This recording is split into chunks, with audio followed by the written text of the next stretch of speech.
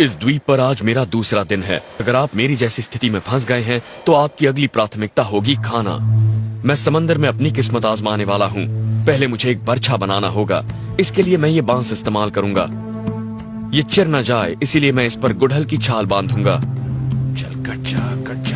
मैंने अब बांस के सिरे को चीर दिया है और ये टुकड़ा बस यहाँ नीचे फंसाई है। अब मैं इसके चारों किनारों को तेज करने वाला हूँ। ये जितने तेज होंगे मेरे लिए कोई ना कोई मछली पकड़ना उतना ही आसान हो जाएगा। अगर मुझे खुद को बचाने की जरूरत पड़ी तो भी ये काम आएगा, क्योंकि यहाँ के समंदर में शार्क भी शिकार करती हैं। अब इसकी धार काफी तेज हो गई है और ये अब मछली पकड़ने के लिए बिल्कुल सही औजार बन गया है।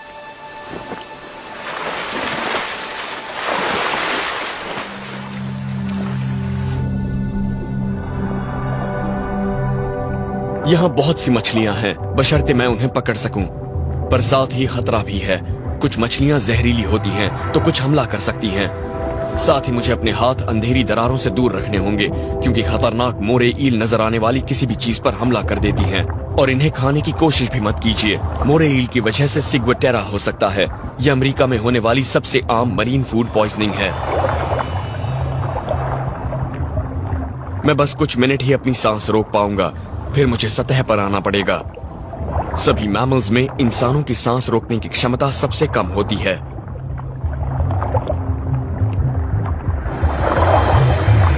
लेकिन मुझे ये करते रहना होगा। अगर मुझे कुछ खाने को मिल जाए तो मेरी हिम्मत काफी बढ़ जाएगी।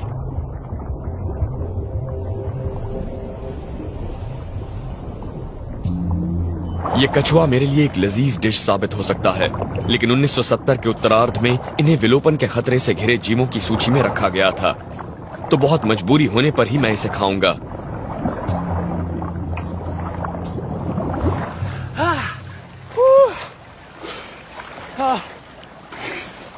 मेरी सांस फूलने लगी है, लेकिन पहले के मुकाबले मैं सांस ज्यादा देर रोक पा रहा हूं और मुझे यही करना चाहिए। धीरे धीरे पानी के नीचे अपनी सांस ज्यादा देर रोकनी चाहिए। लेकिन मैं यहाँ किसी शार्क से मुलाकात की उम्मीद नहीं कर रहा था। खुशकिस्मती से ये एक सैंडबार शार्क है, यहाँ की सबसे कम आक्रामक प्रजातियों में से एक। लेकिन इससे मुझे अंदाजा हो गया है कि यहाँ ऐसी और भी हो सकती हैं, तो मुझे जल्दी से पानी से बाहर निकलना होगा।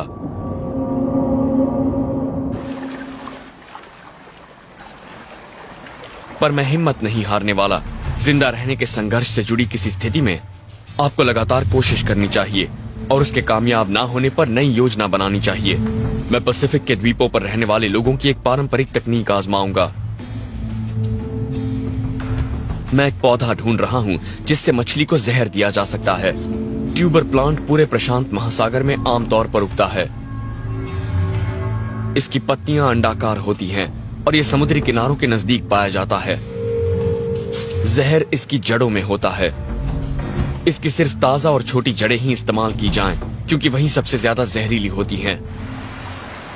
जब लहरें पीछे हटती हैं तो अक्सर छोटे छोटे गड्ढों में मछलियां फंस जाती हैं और मैं यहाँ इस ट्यूबर की जड़ को कुचल रहा हूँ ताकि इसका तेल बाहर आ जाए। और ये बढ़िया काम है।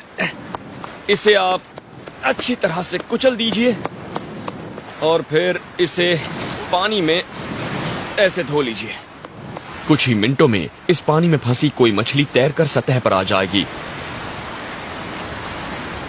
इस पौधे और इसकी जड़ों में रोटेनोन नाम का एक प्राकृतिक जहर होता है, जिसका इस्तेमाल यहाँ के लोग मछली पकड़ने के लिए सदियों से करते आए हैं। इस जहर का इंसानों पर कोई असर नहीं होता, तो इन मछलियों को खाया जा सकता है।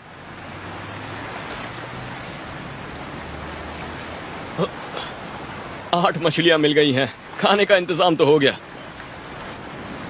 पर अब जब मैंने इन्हें पकड़ लिया है मुझे इन्हें पकाना भी होगा। और इसके लिए मैं एक ईम्यू में इन्हें बेक करूंगा। ये दरअसल एक हवाईयन पारंपरिक रॉक अवन होता है। मैं ये काम कब से करना चाहता था, लेकिन मुझे बस इसे ठीक से करने का वक्त कभी नहीं मिल पाया। तो सबसे पहले मैं इस तरह का एक गड्ढा खोदने वाला हूं। अब मैं इस बड़े से चिमटे का इस्तेमाल करूंगा जिसे मैंने पहले बनाया। ये काफी बढ़िया है।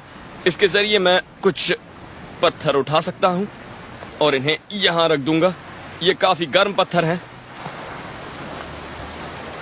और इन्हीं पत्थरों के जरिए मछलियां धीमे धीमे पकने वाली हैं।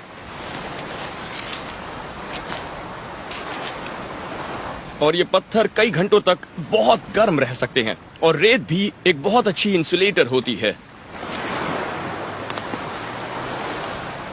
अब मैं इन मछलियों को इन टी ट्री की पत्तियों में लपेट दूंगा और पोलिनेशिया के लोगों के लिए ये पत्तियां बहुत अहमियत रखती हैं। इन्हें दवाइयां बनाने के लिए और एंटी एजिंग खूबियों के लिए जाना जाता है। लेकिन इससे भी अहम बात यह है कि इससे स्वाद बढ़ जाता है और नमी भी कायम रहती है। और मैं इसे इस गजब के स्टीमर के बीच वाले हिस्से में रखने वाला हूं और मैं इसके एक छोर को इस तरह बांध देता हूं और अब ये अवन में रखने के लिए बिल्कुल तैयार है। और मैं कुछ पत्तियों को यहां अवन की तली में रख रहा हूं और फिर इसके ऊपर मैं ये रख दूंगा इस तरह से और ऊपर कुछ और पत्तियां रख रहा हूं और बस अब मैं इसे ढक देता हूं और करीब 1 घंटे में ये मछलियां पककर तैयार हो जाएंगी। इंतजार नहीं किया जा रहा। मछलियां पक रही हैं। इस दौरान मैं नारियल के गूदे से तेल निकाल रहा हूं जो मुझे सूरज की धूप और खारे पानी से बचाएगा। मैं इसे निकालकर कुचलने वाला हूं और इसका तेल निकालूंगा। मैं इसे किसी सनस्क्रीन जैसा स्मूथ तो नहीं बना सकता, लेकिन मैं इसे इतना कुचल दूंगा कि इसमें से तेल बाहर आ जाएगा और इसी तेल के जरिए मैं खुद को खारे पानी, यहाँ की रगड़ और धूप से बचा सकता हूँ। बस मुझे इसे अपने हाथों पर और अपनी त्वचा पर इस तरह से रगड़ना होगा। आपको इसमें से तेल निकलता दिखेगा और इससे मुझे काफी बचाव मिलेगा। मछलियां अब तक पक चुकी होंगी।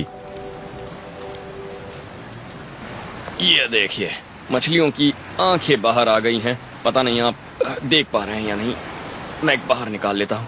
मछली की आंखें बाहर आ गई हैं, यानी ये पक गई हैं। आप इसे ऐसे ही खा सकते हैं और मुझे यकीन है कि ये जरूर स्वादिष्ट होगी। आप ऐसे किसी द्वीप पर लंबे वक्त तक रह सकते हैं, लेकिन इतिहास बताता है कि फंसे हुए नाविकों ने अपने घर लौटने के लिए बड़े बड़े जोखिम उठाए हैं।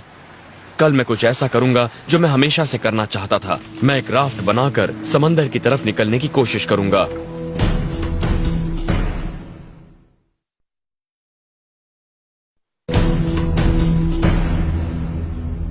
मैं एक ऐसे शख्स का किरदार अदा कर रहा हूं जो प्रशांत महासागर के बीच मौजूद किसी द्वीप पर फंसा हो। मेरे पास रहने के लिए जगह है, खाना है और अब मैं खुद को बचाए जाने के लिए कई हफ्ते इंतजार कर सकता हूं। लेकिन अगर आपके द्वीप पर पानी और खाना खत्म हो जाए तो आप तब भी बचाए जा सकते हैं अगर आप वहां से चले जाएं, और मैं यही करने वाला हूं। पोलिनेशिया के पुराने लोग इस तरह की नाव में सैकड़ों किलोमीटर का सफर तय किया करते थे, लेकिन जब भी उन्हें और ज्यादा दूर जाना होता था तो वो इस तरह का आउटरिगर इसके साथ जोड़ देते थे और इससे नाव स्थिर हो जाती है। लेकिन मेरे पास इस तरह की बढ़िया नाव बनाने का ना ही वक्त है और ना ही औजार है, लेकिन मेरे पास यहाँ ढेर सारी काम की चीजें हैं। बहुत सारा बांस है और काफी रस्सियां भी हैं और मैं उन चीजों से एक बड़ा राफ्ट बना सकता हूँ, एक कैटमरान जैसे। इसी के जैसी एक छोटी सी नाव। वो इतनी पेचीदा नहीं होगी, लेकिन वो बहुत स्थिर होगी और उसी के जरिए मैं इस द्वीप से निकल पाऊंगा। समुद्री यात्री हजारों साल से बांस का इस्तेमाल उसकी ताकत और उसके पानी में तैरने की वजह से करते आए हैं। बांस के सेक्शन जॉइंट्स के बीच हवा मौजूद होती है और इसकी लकड़ी में भी छोटे छोटे हवा के चेम्बर्स होते हैं।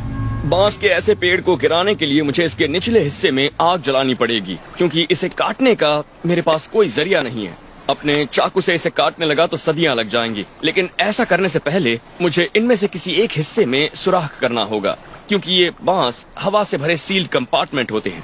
अगर मैंने ऐसा नहीं किया तो आग जलाने पर हवा गर्म हो सकती है और ये बांस फट सकता है। तो मुझे चाकू की नोक से या धार के जरिए सुराख बनाना होगा ताकि प्रेशर कम हो जाए।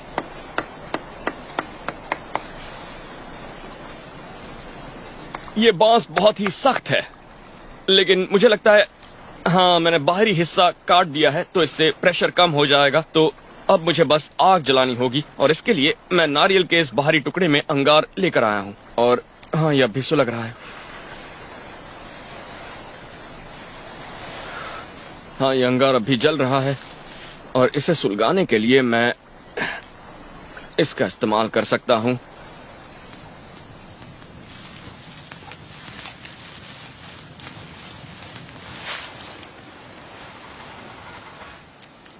ओ, ये अंगार बुझने ही वाला था। अगर ये बुझ जाता तो मुझे दूसरा लाने के लिए 1 किलोमीटर का सफर तय करके जंगल में जाना पड़ता। ओ, बढ़िया।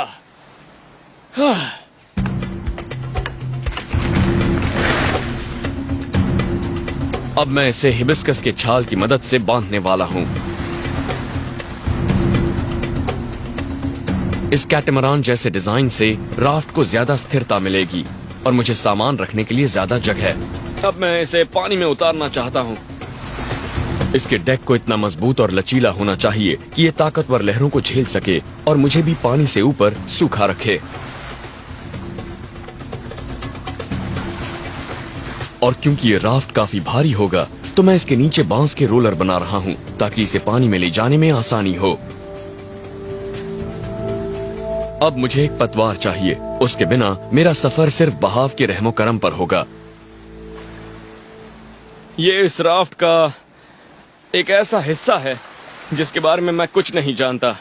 मैं एक सेल यानी पाल बना रहा हूँ और ये काम मैंने पहले कभी नहीं किया, इसलिए मुझे ये नहीं पता कि इससे बात बनेगी भी या नहीं। मैं पाल बनाने के लिए पाम की इन पत्तियों को आपस में बुनने वाला हूँ और फिर लकड़ी का फ्रेम बनाऊंगा जो इस पूरे ढांचे को थामेगा। मैं इसे तली में लगा देता हूँ। ऐसी कुछ और लकड़ियां लगाकर मैं इन्हें आपस में बांध सकता हूँ, लेकिन मैं ये नहीं जानता कि प्रशांत महासागर में ये कितनी देर टिका रह पाएगा।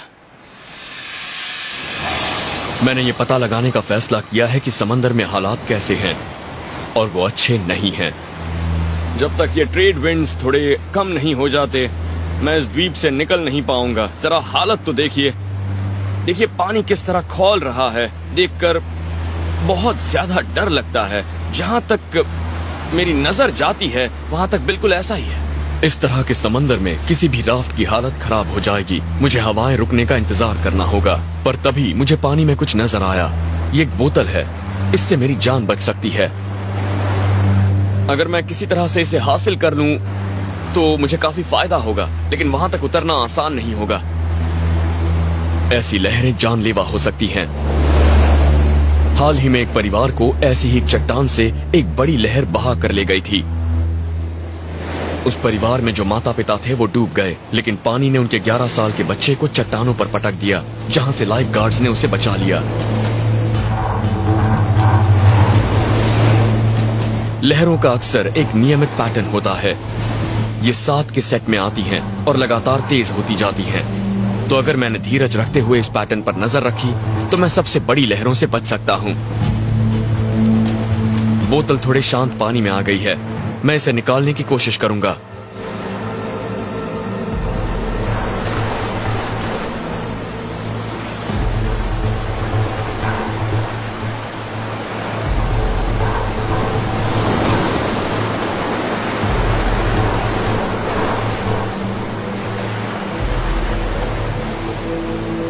इस बोतल में पीने लायक पानी भरा जा सकता है, लेकिन अब वक्त है इस द्वीप के कैंप वाले हिस्से की तरफ लौटने का, ताकि मैं अपने राफ्ट में बचा थोड़ा बहुत काम निपटा सकूं।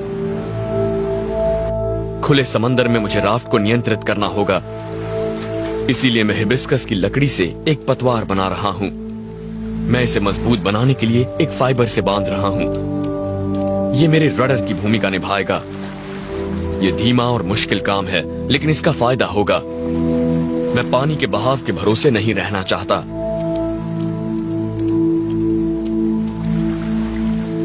मेरी पाल अब आकार लेने लगी है। इस तरह से किसी चीज को बुनने में आप जल्दबाजी नहीं कर सकते, और मुझे इस तरह से आराम से बैठकर बहुत अच्छा लग रहा है। सूरज डूब चुका है, आग जल रही है और मैं धीरे धीरे इन पत्तियों को बुन रहा हूं। और अब मुझे ये लगने लगा है कि ये मेरे राफ्ट के लिए एक अच्छा पाल बन सकता है, और ये भी लगता है कि इसे जैसे जैसे बुन रहा हूँ मैं अपने घर के और करीब पहुंच रहा हूँ। जब मैं यहां से निकलूंगा तो मुझे उसका सामना करना होगा जिनसे कई समुद्री यात्री डरते हैं, शार्क्स। वो शार्क मेरी राफ्ट से टकराई।